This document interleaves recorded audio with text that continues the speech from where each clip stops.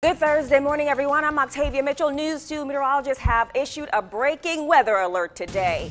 We have team coverage for you. News 2 investigator Rebecca Collette is downtown with how officials are preparing for the potential flooding. Ashley Yost is live in Mount Pleasant for us this morning. First, let's head over to Storm Team 2 meteorologist Josh Martherson. Josh, what can we expect today? Well, today is not going to be the main event. What we're doing is we decided to, we talked with Rob Fowler this morning, Kyle Dennis, all of us here, had a chat about 7 a.m., decided that this was a significant enough event to go ahead and pull the trigger on a breaking weather alert in advance of what we think is going to be a very significant flooding event for the low country beginning late tonight and especially tomorrow and Saturday. We first need to get Hurricane Joaquin out of the way. And the latest statistics here on the storm maintain it as a Category 3. You can see the track has been adjusted slightly to the right, which goes along with the European computer model, which is typically the one that I lean onto or lean toward once it gets onto a solution. It's been on one that takes the storm well to our east and well to the east of the East Coast for the past several days.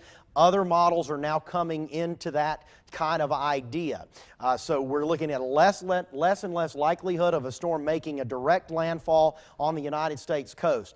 But there's something else at work here. There's your hurricane here down in the Bahamas right now, a very well-defined storm. And this storm has formed in response to a large amount of moisture that's in the atmosphere across the tropical Atlantic, the Caribbean, and the Gulf of Mexico, tapping all the way down into the Pacific. And you can see that fetch of moisture coming right across the Florida Peninsula up into the Carolinas, and it has roots all the way down into the Pacific. At the same time, tons of moisture is being thrown up out of the Atlantic too, and there's a stalled frontal boundary that's right here on top of us in the eastern Carolinas, and you got to think of that as kind of like acting as two things. Number one, a roadblock where the storm itself cannot come into the coast. It's going to kind of bounce off of it and head to the north. Number two, a catcher's mitt for moisture. It holds moisture, grabs it, throws it up in the air, and that comes down as heavy rain. And that's what we think is going to happen a little bit later on. And our forecast model is showing that. We'll see some scattered showers and thunderstorms today, but the main event unfolds Friday into Saturday, and you can see the storm itself is well out here to the east. So what's happening is this dip in the jet stream here that's blocking the storm pulls all this moisture up and dumps it right on the Carolinas, and that's why we think we have the potential for a significant rain episode here beginning later on. Now, a few showers have already developed this morning, and we'll be watching those as we head through the day, but the main threat doesn't begin until tonight. The flash flood watch was originally going to go into effect at noon.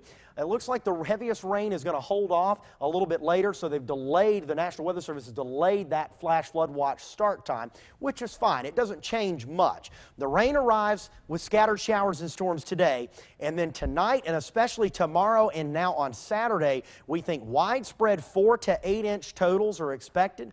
Some areas will see 10 inches or more. This would lead to significant flooding. Now, there are some guidance members out there that are painting 10 to 15 inches of rain across the low country. That is not something that is out of the question. However, at this point, there's so much information that is being fed into our computer models at this time. And in fact, I'm going to show you one of the reasons why right now. All across the eastern seaboard, NOAA is launching tons of weather balloons.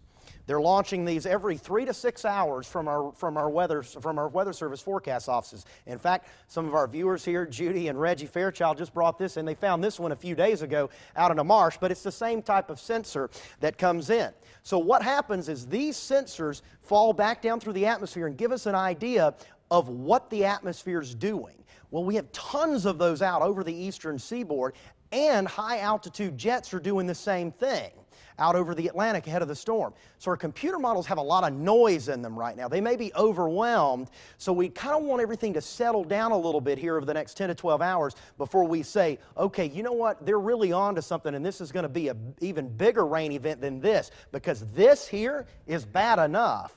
If we have to increase this forecast, Octavia, we are talking about significant problems that we haven't seen in a long time, and that's our concern. We just want to wait and see a little bit longer before we start trending in that direction for those 10 to 15 inch rain totals. Morning, Josh, possibly in a decade, right? Could be, yeah. Wow, okay.